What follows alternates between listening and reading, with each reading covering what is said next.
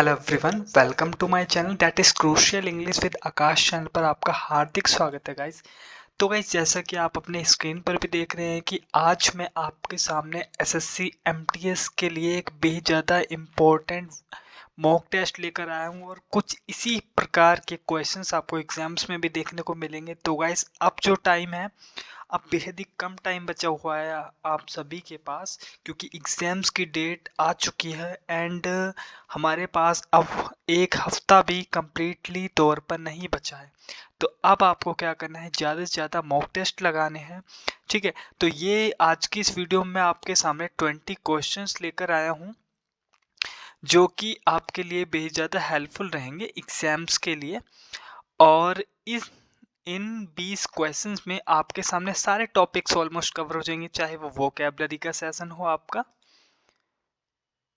चाहे वोकैबलरी का सेशन हो या फिर ग्रामर का हो, कॉम्प्रिहेंशन हो या फिर सेंटेंस इम्प्रूवमेंट का हो, तो सारे टॉपिक्स के क्वेश्चंस आपको देखने को मिलने वाले हैं। तो guys, without any delay let's get started. तो गाइस, अब आपने चलते हैं अपने वोकैब के सेशन पे, जिसमें से आपके 5 क्वेश्चन हैं यहाँ पर। देखिए, आप इसको मैं थोड़ा सा इसको नीचे की तरफ कर लेता हूँ ताकि आपको कम्प्लीटली विजिबल हो। अब जो फर्स्ट क्वेश्चन है हमारा, वन वर्ड सब्स्टिट्यूशन का है। A person who studies birds is called. तो एक ऐसा व्यक्ति जो बर्ड्स मतलब कि पक्षियों का अध्ययन करता है तो उसको क्या कहते हैं? फर्स्ट ऑप्शन है आपका बोटनिस्ट, सेकंड है आपका ऑर्निथोलॉजिस्ट, थर्ड है आपका जूलॉजिस्ट एंड फोर्थ है आपका बायोलॉजिस्ट। तो गाइस, ये तो बेहद ज़्यादा इजी है। इसका जो ऑप्शन होगा वो होगा option number B, that is ornithologist. तो एक ऐसा व्यक्ति जो पक्षियों का अध्ययन करता है उसको ऑर्निथोलॉजिस्ट कहा जाता है। Okay, got it. और ये गाइस, मैं सिर्फ ये जो एग्जाम ओरिएंटेड क्वेश्चन है, ये कोई ऐसे वैसे क्वेश्चन नहीं है, एग्जाम्स में पूछे गए हुए हैं। तो गाइस, प्रीवियस ईयर क्वेश्चंस को आपको जरूर करके ही जाना है। ठीक है, अब जो आपका सेकंड क्वेश्चन है वो है साइनो से रिगार्डिंग, साइनो ऑफ अबंडेंट। तो गाइस देखिए, बेसिकली क्या होता है, सिनोनियम्स का मतलब होता है सिमिलर वर्ड। अब यहाँ पर अबंडेंट पूछा गया है तो अबंडेंट का सिमिलर वर्ड, यहाँ पर देखिए सिनोनियम्स लगा दिया। तो गाइस, आपको ये ध्यान रखना है कि सिनोनियम्स का मतलब होता है सिमिलर वर्ड और एंटोनियम्स का मतलब होता है ऑपोजिट वर्ड। ठीक है, ये तो आपको आई नो दैट पता होगा, बट फिर भी मैंने आपको थोड़ा सा एक्सप्लेन कर दिया ताकि आपको और बेटर अंडरस्टैंडिंग हो जाए। तो यहाँ पर सिनोनियम पूछा गया अबंडेंट का, तो अबंडेंट का मतलब होता है प्रचुर मात्रा में। मतलब कि जब आपके पास कुछ चीज़ प्रचुर मात्रा में हो जाती है, प्रचुर मतलब बेहद ही ज़्यादा मात्रा में आ जाती है, तो उसको कहा जाता है अबंडेंट। तो अबंडेंट का यहाँ पर सिनोनियम्स मतलब कि सिमिलर वर्ड क्या होगा? स्कार्स नहीं होगा, प्लेंटीफुल, टेनी या फिर रेयर। तो गाइस, यहाँ पर जो आपका ऑप्शन हो जाएगा वो हो जाएगा option number B, that is plentiful. देखिए, अबंडेंट का मतलब होता है प्रचुर मात्रा में, इसको आप इनफ कहते हैं, काफ़ी मात्रा में। ठीक है, सफिशिएंट भी होता है। तो ये सारे सफिशिएंट हो गए, इनफ हो गए और प्लेंटीफुल हो गए, ये सारे सिनोनियम्स है किसके? अबंडेंट के। ठीक है, अब चलते हैं अपने थर्ड क्वेश्चन पे जो कि है एंटोनियम से रिगार्डिंग। देखिए, जैसे कि मैंने आपको एक्सप्लेन किया ही था कि सिनोनियम्स होते हैं सिमिलर वर्ड, एंटोनियम होते हैं ऑपोजिट वर्ड। तो एंटोनियम पूछा गया यहाँ पे जेनरस वर्ड का। तो जेनरस का मतलब क्या होता है गाइस? देखिए, अगर आपको जेनरस का मतलब ही नहीं पता होगा तो आप एग्जाम्स में कैसे ही करके आओगे? तो बेहद ही ज़्यादा जो मोस्ट इम्पोर्टेंट पॉइंट है वो यहाँ पर ये है कि आपको वोकैब को ज़्यादा से ज़्यादा अपने स्ट्रॉन्ग बनाना होगा, क्योंकि वोकैब जितनी ज़्यादा स्ट्रॉन्ग बनेगी वर्ड्स आपके लिए उतने ही ईजी बनते जाएंगे उसकी समझने के लिए। तो यहाँ पर एंटो पूछा गया जेनरस, तो जेनरस का मतलब होता है खुले विचार वाला व्यक्ति, या फिर आप कह सकते हो इसको उदारवादी व्यक्ति, जो बिल्कुल भी कंजूस ना हो, बिल्कुल भी कंजूसी ना करे, तो एक तरीके से उसको जेनरस कहा जाता है।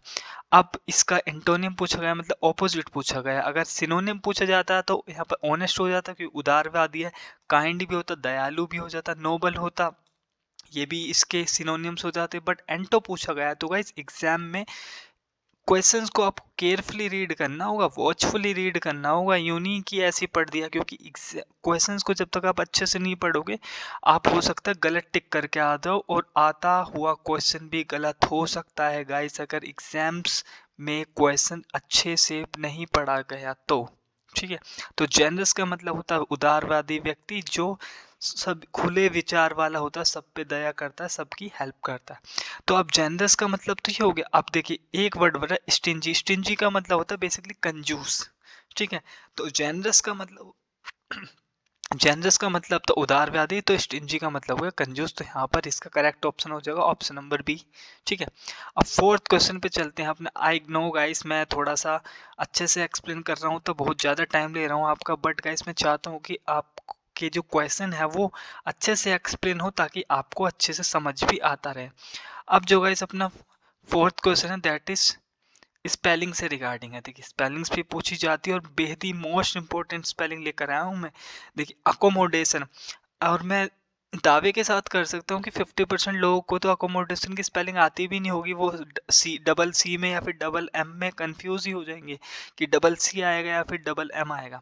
तो देखिए ये स्पेलिंग बहुत ज़्यादा बार पूछी भी जाती है, अकोमोडेशन अकोमोडेशन अकोमोडेशन या फिर अकोमोडेशन। देखिए इसको याद करने की इजी सी जो ट्रिक है, जो फोर्थ नंबर का क्वेश्चन है वो है आपकी स्पेलिंग नंबर सी, ठीक है, सॉरी ये वाली। इसमें आपके दोनों आएंगे डबल सी डबल एम, इसको ध्यान रखना है आपको। अकोमोडेशन में ए डबल सी आएगा और ओ के बाद एम के बाद भी डबल एम आएगा। तो अकोमोडेशन मतलब कि double C and double M से आप ध्यान रख सकते हो, ठीक है। तो option number C is the correct option. अब चलते हैं फिफ्थ क्वेश्चन पे। अब बस हम थोड़ी सी स्पीड को थोड़ा सा और बढ़ाएंगे गाइस, क्योंकि बहुत ही डिले हो चुका है। तो यहाँ पर ईडियम पूछ चुका है break the ice. Break the ice का मतलब होता है बिगिन कॉन्वर्सेशन, और आप कह सकते हो इसको initiate the conversation. Break the ice का मतलब होता है यहाँ पर किसी भी कॉन्वर्सेशन को, वार्तालाप को शुरू करना। अब देखिए एंड अ फाइट तो होगा नहीं, टेक अ रिस्क तो होगा नहीं, ठीक है। अब ये है शैटर अ ग्लास, ये भी नहीं होगा। तो करेक्ट ऑप्शन आ जाएगा आपका option number B, that is begin conversation या फिर start a conversation, initiate the conversation हो जाएगा ईडियम्स का मतलब, ठीक है। तो ईडियम्स भी मस्ट इंपॉर्टेंट है गाइस। अब चलते हैं अपने सेक्शन बी पर, जो कि है आपकी ग्रामर से रिगार्डिंग। इसमें 6 क्वेश्चन है आपके, सारे टॉपिक्स कवर होंगे, चाहे सेंटेंस इंप्रूवमेंट हो, सेंटेंस के क्वेश्चन हो, आर्टिकल्स के क्वेश्चन हो, या फिर एक्टिव पैसिव हो, या फिर नरेशन के क्वेश्चन हो, सारी चीज़ें कवर करते हुए चलेंगे। अब देखिए है फर्स्ट क्वेश्चन है आपका इसका, फिल इन द ब्लैंक से आर्टिकल। आर्टिकल मतलब कि ए एंड द में से ही आपको एक सिलेक्ट करना होगा। तो यहाँ पर है fill in the I saw dash eagle in the sky. तो क्या आएगा, ए आएगा, एन आएगा या फिर द आएगा। तो आपको पता ही है कि एन कहाँ पर यूज होता है, ए कहाँ पर यूज होता है और द कहाँ पर यूज होता है, ठीक है। तो आपको ये अच्छे से ध्यान करना होगा। तो इसका जो करेक्ट ऑप्शन हो जाएगा वो हो जाएगा एन। देखिए अब आप कहोगे, देखिए अब ये तो सिंपल सा है कि ईगल, ईगल है तो एक तो इसमें वोवल साउंड प्रोनाउंस हो भी रहा है और इसमें वोवल साउंड आ भी रहा है, तो इसमें बेसिकली आपका ए एन आ जाएगा, मतलब कि एन आ जाएगा इसमें। इजी सा क्वेश्चन है। अब सेवंथ क्वेश्चन पे चलते हैं अपने, चूज करेक्ट टेंस। आप देखिए सेंटेंस को पढ़िए, she dash to school every day. बेहदी प्रेजेंट इंडेफिनेट का टेस्ट है, सॉरी प्रेजेंट इंडेफिनेट का सेंटेंस है गाइस ये। अब क्या आएगा, देखिए आपको ना ये याद रखना है, अगर कोई भी सब्जेक्ट सिंगुलर है तो उसके साथ भी हमेशा सिंगुलर वर्ब आएगी। अगर कोई प्लूरल सब्जेक्ट है तो उसके साथ हमेशा प्लूरल वर्ब आएगी। आपको ये कॉन्सेप्ट ध्यान में रखना है, ये नहीं रखना कि ही सी इट एनी सिंगुलर नाम के साथ हमेशा वर्ब के साथ एस या फिर ई एस लगता है, ठीक है। तो आपको ऐसे याद करने की जरूरत नहीं है, आपको सिर्फ ये चीज रखना, अगर सब्जेक्ट सिंगुलर है तो वर्ब भी हमेशा सिंगुलर आएगी, अगर सब्जेक्ट प्लूरल है तो वर्ब भी हमेशा प्लूरल आएगी, अगर प्रेजेंट इंडेफिनिट की बात हो रही है तो, ठीक है। अब सी क्या है, शी यहाँ पर सिंगुलर है, मतलब एक लड़की की बात हो रही है, तो यहाँ पर क्या आ जाएगा, गोज, ठीक। गो आएगा नहीं क्योंकि ये तो प्लूरल के साथ आएगा, गोइंग आएगा नहीं, ये तो वर्ब की फिफ्थ फॉर्म है, V plus I N G है, ठीक है। गोन तो वी थर्ड है, ये भी नहीं आएगी। तो यहाँ पर goes is the right answer. अब क्वेश्चन नंबर 8 हमारा एरर स्पॉटिंग। अब हमें एरर फाइंड आउट करना है कि इस सेंटेंस में क्या गलती है। अब देखिए ही don't like playing football, easy है, सिंगुलर है, सब्जेक्ट तो क्या आएगा, डज नॉट आएगा ना, डोंट थोड़ी ना आएगा, तो ठीक है। तो डोंट इसका करेक्ट हो जाएगा ऑप्शन। अब है question number 9 that is direct to indirect speech. अब डायरेक्ट टू इनडायरेक्ट स्पीच का आएगा। अब देखिए he said I am reading a book, ठीक है, he said I am reading a book. अब ऑप्शन कौन से होंगे, he said that he is reading a book, ठीक है। तो यहाँ पर देखिए क्या होता है ना, इसमें आपको एक सिंपल सी डेफिनेशन बताता हूँ मैं, डायरेक्ट इनडायरेक्ट और एक्टिव एंड पैसिव वॉइस में क्या होता है ना, एक्टिव एंड पैसिव वॉइस में कभी भी टेंस चेंज नहीं होता। अगर वो प्रेजेंट में है तो वो भी प्रेजेंट में ही रहेगा, बट कंडीशन ये रहेगी कि एक्टिव एंड पैसिव में सेंटेंस कभी चेंज नहीं होता है, बस उसकी वर्ब की थर्ड फॉर्म चली जाती है, ठीक है। अगर first form of verb use की गई है एक्टिव वॉइस में, तो आपकी पैसिव वॉइस बनाते हो थर्ड थर्ड फॉर्म यूज की जाती है वर्ब की। बट डायरेक्ट इनडायरेक्ट में क्या होता है, सेंटेंस ही चेंज कर दिया जाता है। तो I am reading a book, तो इसका जो करेक्ट ऑप्शन हो जाएगा he said that he was reading a book, तो option number B is the correct option हो जाएगा इसका। अब देखिए आगे एक्टिव पैसिव का, ये शी रोट अ लेटर। अब यहाँ पर क्या है देखिए, इसमें देखिए अब जो करेक्ट होगा, देखिए सेंटेंस चेंज नहीं होगा, बट उसकी जो फॉर्म ऑफ द वर्ब है वो चेंज हो जाएगी। यहाँ पर यहाँ क्या थी, शी रोट अ लेटर, यहाँ पर वी टू यूज की गई है, तो यहाँ पर वी थर्ड यूज करनी पड़ेगी। ए लेटर वो रिटन बाय शी नहीं होगा, ए लेटर वो रिटन बाय हर, तो option number B is the correct option हो जाएगा इसका। Preposition, she is good in at on for, तो फॉर तो आएगा नहीं, ऑन आएगा नहीं, इन आएगा नहीं। सिंपल सी बात है, कभी भी किसी भी चीज़ में आप अच्छाई की बात करते हैं तो कि मैं डांस में अच्छा हूँ, क्या सब्जेक्ट में अच्छा हूँ, मैं इंग्लिश में अच्छा हूँ, तो उसके साथ हमेशा ऐट का यूज़ किया जाता है। गाइस देखिए ये जो सारी चीज़ें हैं ना, जब आप इनको चैप्टर वाइज चैप्टर करोगे और अच्छे से कॉन्सेप्ट वाइज समझोगे ना, तब आपको ये सारी चीज़ें क्लियर होंगी, ऐसे ही क्लियर नहीं हो सकती मेरे बताने से। क्योंकि इसको जब तक आप डीपली नहीं पढ़ोगे, बेसिक्स से नहीं पढ़ोगे कि क्या कौन कौन सी प्रेपोजिशन किस चीज़ के लिए यूज़ की जाती है, तब तक आप अच्छे से समझ पाओगे ही नहीं। तो बेस्ट होगा आपके लिए कि आपको बेसिक से स्टार्ट करना। अब आ जाते हैं अपने सेक्शन नंबर सी पर, रीडिंग कॉम्प्रिहेंशन पे। 3 क्वेश्चन है इसके भी। अब देखिए यहाँ पर है पैसेज है, यहाँ पर सिंपल पैसेज दिया गया है, Tom is a diligent student. Diligent का मतलब क्या होता है, बेहद ही गाइस क्रूशियल ये है, ये वो कैब डिलीजेंट का मतलब होता है मेहनती, हार्ड वर्किंग, ठीक है।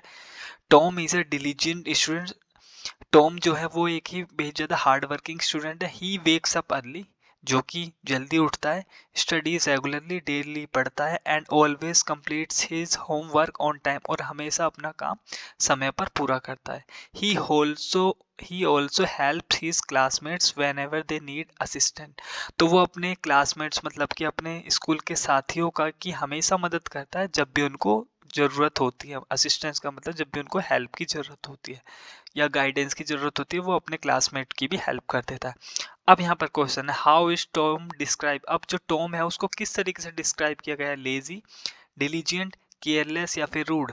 रूड नहीं किया गया, केयरलेस नहीं किया गया, उसके लिए तो हमेशा पॉजिटिव चीज़ें की, लेजी है नहीं क्योंकि वो जल्दी उठता है, तो डिलीजेंट हार्ड वर्किंग है। क्वेश्चन नंबर 13 है what does Tom do for his classmate. जो टॉम है वो अपने क्लासमेट्स के लिए क्या करता है, टीचेस देम डेली, उनको डेली पढ़ाता है, नहीं। Help them when they need it, yes, option number B will be the correct option. अब जो थर्ड क्वेश्चन है when does Tom complete his homework. अब जो टॉम है वो अपना होमवर्क कब कंप्लीट करता है, लेट एट नाइट, नहीं। On time, yes, sometimes, no, D option never. तो यहाँ पर ऑन टाइम, जैसे कि हमने पढ़ा था कि वो हमेशा समय पर अपना होमवर्क पूरा करता है। ठीक है गाइस, आई विश कि आपको ये वीडियो अच्छी लग रही होगी। अब चलते हैं अपने सेक्शन नंबर डी पर, दैट इज सेंटेंस इंप्रूवमेंट। तो गाइस मैं एक एक दो दो सारी टॉपिक से रिगार्डिंग क्वेश्चंस लेकर आया हूँ आपके लिए। अब ये जो आपका सेंटेंस इंप्रूवमेंट का है, जंबल वर्ड है, 6 क्वेश्चन है, इसमें भी सेक्शन डी है। तो इस प्रकार के आपके एग्जाम्स में क्वेश्चन पूछे जाते हैं, तो चलिए जानते हैं। आप देखिए ये है आपका question number, choose the correct sentence. She don't like Apple. हमने पता किया था, हमने जाना था स्टार्टिंग में, अगर सब्जेक्ट सिंगुलर है तो उसके साथ भी हमेशा सिंगुलर वर्ब यूज होगी। शी डोंट लाइक एप्पल नहीं होगा, शी डजंट लाइक एप्पल्स, ये सही हो जाएगा, option number B will be the correct option. चलते हैं अपने 16वें क्वेश्चन में, fill in the blanks. I have been living here dash 5 years। Since आएगा, फोर आएगा, फ्रॉम आएगा, ड्यूरिंग आएगा, तो सिंपल सा आंसर है गाइस, यहाँ पर आएगा I have been living here for 5 years, तो 4 आ जाएगा आपका यहाँ पर टाइम्स को रिप्रेजेंट करने के लिए, ठीक है गाइस। 17वां क्वेश्चन जम्बल्ड सेंटेंस का अरेंज करना है आपको। देखिए अब पहले अरेंज द, अब यहाँ पर है ये park, children are playing in, अब यहाँ पर क्या होगा, children playing are in the park. अब इसको जंबल वर्ड का मतलब होता है कि सेंटेंस उल्टा सीधा कर दिया जाता है, आपको उसको सब्जेक्ट वर्ब अग्रीमेंट के अकॉर्डिंग एक सेंस में बनाना होता है, ताकि सारी सारी चीजें प्रॉपरली वर्क करें, कि सब्जेक्ट वर्ब ऑब्जेक्ट सारी properly as a sequence wise use हो। तो इसका क्या बन जाएगा, देखिए ऑप्शन कहाँ पर है, children playing are in the park नहीं होगा, ठीक है, the park children are playing, children are in the park playing, ये भी नहीं होगा। इसके वो कहाँ है, are playing in, children playing are in the park नहीं हुआ, in the park children are children playing in the park, हाँ ये हो जाएगा, are children playing in the park. तो 17th वे का जो क्वेश्चन आंसर हो जाएगा वो हो जाएगा आपका option number B, that is the,